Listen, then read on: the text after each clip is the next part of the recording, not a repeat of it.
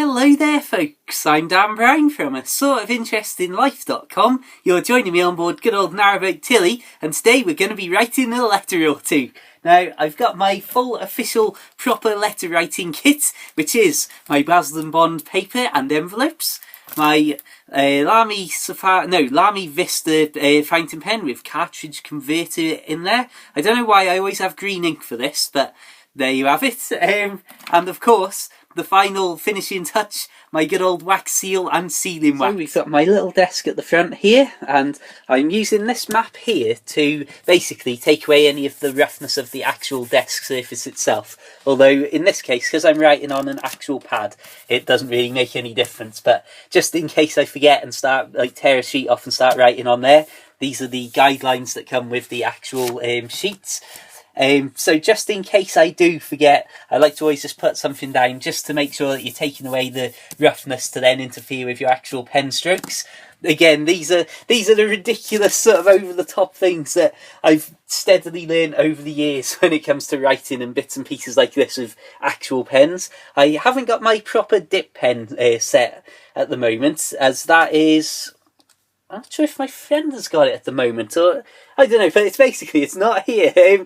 So I'm writing with this, but this is my favourite pen that I've ever owned. I mean, I just absolutely love it. Not the most practical because it is a fountain pen, and my day-to-day pen that I have as part of my wallet and all the rest of it is a Cross Century Classic, but again, we're getting well sidetracked from this. A couple of things to note: I've got me sealing wax here, and the wax, it's actual seal stamper itself, which I'm going to put outside on hopefully a cold metal surface, because to get the best result for the wax seal when you stamp down, you want that metal to be as cold as possible to obviously cool down and make the wax go extremely solid and rigid, rather than get all stuck in the grooves of that and then pull it up and have all sorts of chaos to deal with. So that's a quick introduction to our actual writing surface.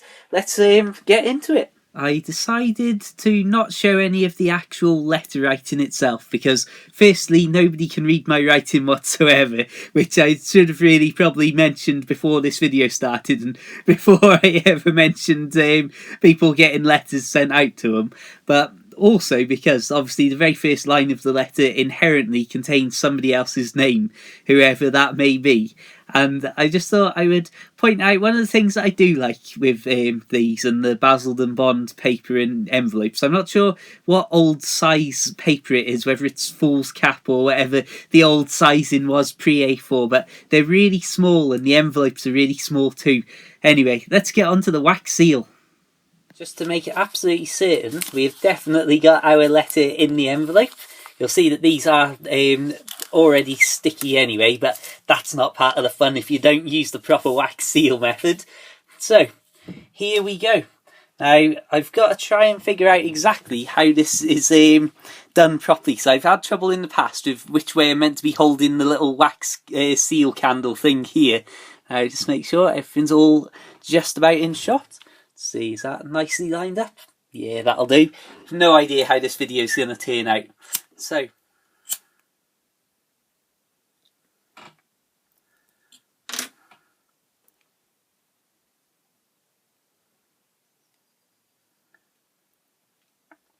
wow, I'm not sure if you can see the black smoke coming off this. Perhaps I should have opened the window. I've got a horrible feeling that the nearby fire alarm might have something to say about this.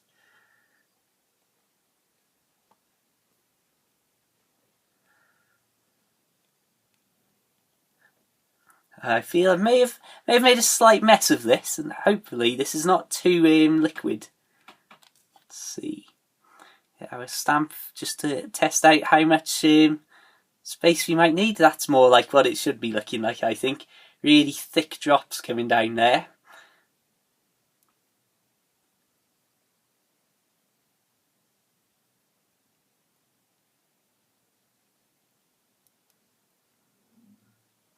Right, that'll do us. Oh yeah, I should have really thought about those extra drops coming down. Right, wish me luck. Goodness me. Here goes. Good force down there, and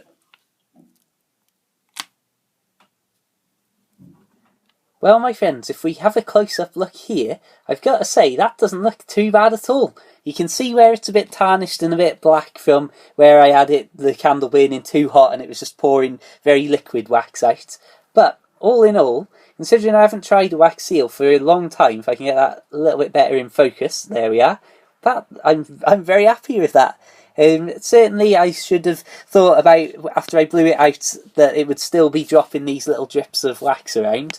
But I suppose that adds to the authenticity of what I was attempting to do.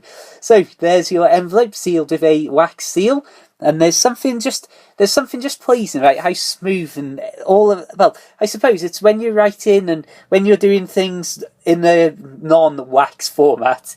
Obviously, you can never get lines to be quite that smooth and perfect, unless obviously you're a master calligrapher. I can get that into focus again, or maybe not. Let's have a look. But you can see just how smooth the wax is, because obviously it's not, and it's almost like if you're stamping into plasticine, I suppose.